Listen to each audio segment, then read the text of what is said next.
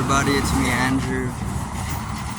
Today I'm going to go over separation, being an illusion, and how over-identifications can lead to the illusion of separation, the over-attachment to the body-mind, and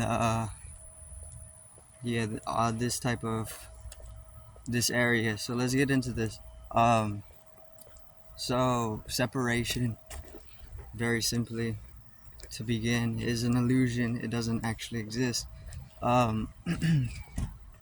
Any type of separation that you feel or that you have conceived is out of it's out of misunderstanding. This is out of imbalancedness, and any separation that has come into your perception, or what you think is separation, is only come out of misalignment with the universe, right? So the moment that you begin to align yourself with the universe, separation begins to you begin to see beyond the illusion of separation, right? So the mind is what it is tricking you into any type of illusion of separation, right? The mind is dualistic. There's the two hemispheres to the mind, to the brain's complex, its structure, and it works in duality, right? Because of this, the separation of illusion arises, or the illusion of separation, arises. So then, whenever you become too, whenever you are too over-identified with the mind, when you are living within the mind, it becomes very easy to fall into the illusory perception, the perception of illusion. Like separation is one. There is no separation. Everything is interconnected. The body knows that. The body knows that everything is interconnected. The body knows that there's no separation, because this is the way it lives. The informational coding that backs up absolute unity in omnidimension is literally deep within the genetic coding of the body's makeup, right? And this involves the mind too, but there needs to be maybe a small area where the mind is within that illusion of separation because of its dualistic nature. So there is one body, there's one mind, but we live within that illusion of separation, right? Or it's taught to us, or it's a mutation that we've underwent in collection, right? Because the Aboriginals don't see, they don't perceive things separate from themselves, right? They don't bring it into their culture, they don't bring it into their language. Everything to the Aboriginal is one, right? And that's how they perceive life, which is different for us because we're different. We're a little differently mutated, or we're a little differently developed. So because of the difference in development, that small degree actually led to more of a disharmonious state of consciousness, right? The Aboriginals would have more of a harmonious state because they live more in harmony with nature, whereas we're a little more disharmonious, and because of this, there's that illusion of separation that we live in, and that illusion of separation, once again, can be transcended very simply because deeper in the genetic codings of the body's makeup, or just your being, period, the information that is within the coding, or that is the coding, is going to give you the experience of cosmic consciousness, universal oneness. If you're able to tap into the informational coding, translate it through opening the Kundalini, right?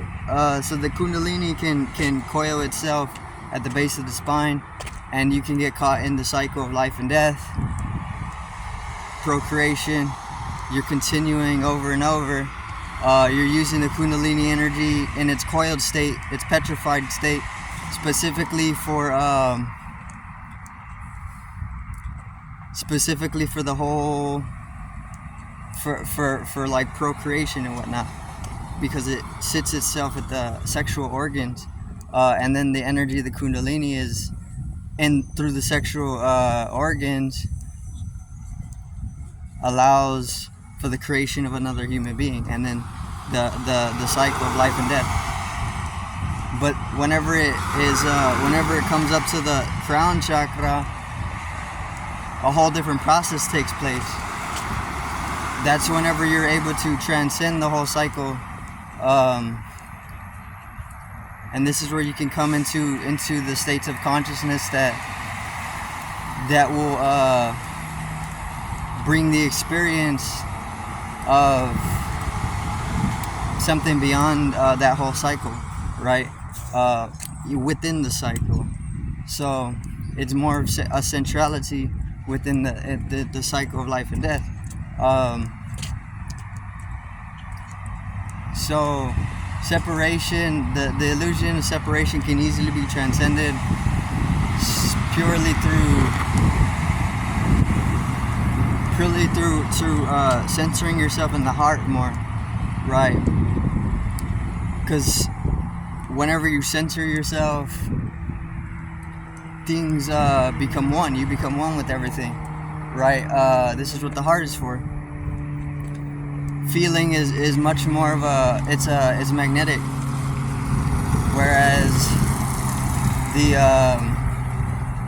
living within the mind is more it's a lesser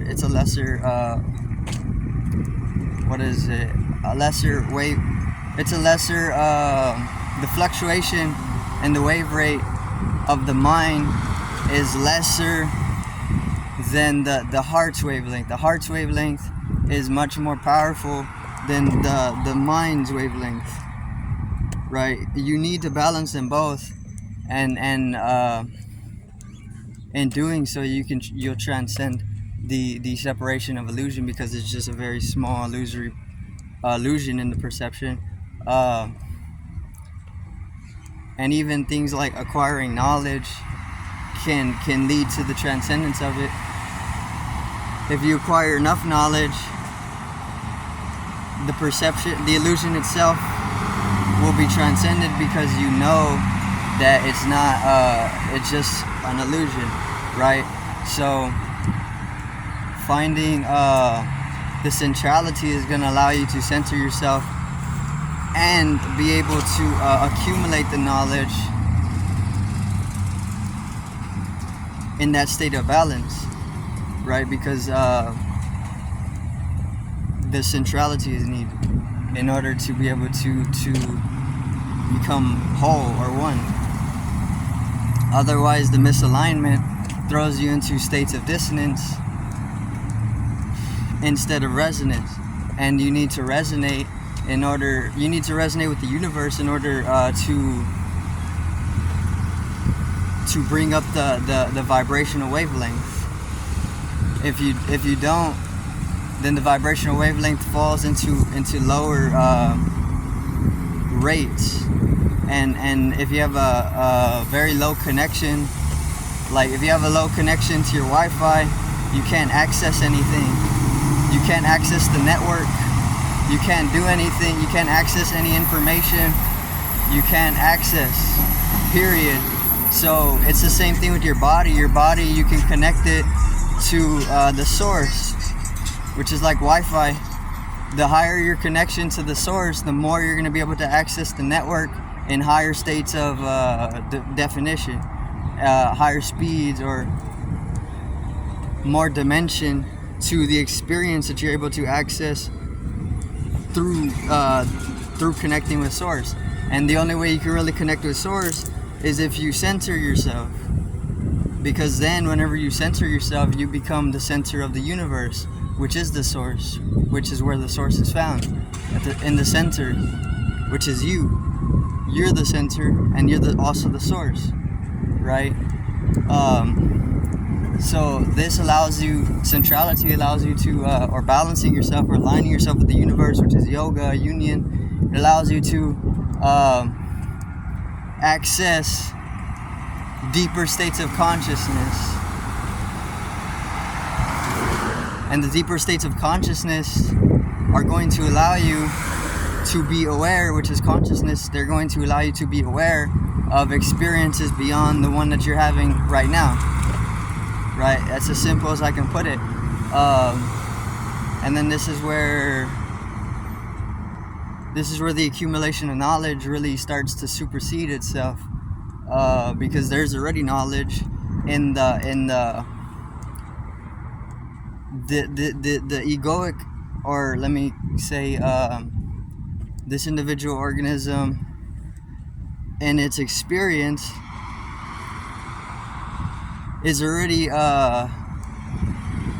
there's already infinitesimal knowledge, right, in this experience. But the moment that you connect to source, and then you start shifting into other experiences beyond this one, then that knowledge that is already immense, it just supersedes itself completely, right? And then the knowledge becomes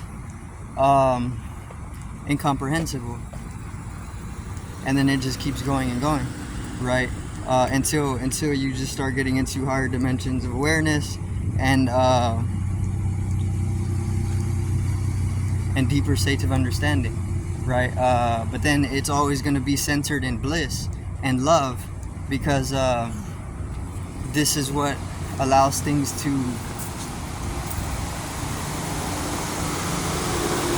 keep a balance. The bliss is the most nourishing thing to the soul, right? Beyond knowledge. But knowledge is only knowledge is coming out of bliss, or knowledge is coming out of the center. So you can't have one without the other, right? So you're definitely not separate from the universe. You're one with the universe. You're tethered straight to the source, right? At the crown, there's the ethereal cording, and it goes straight to the source.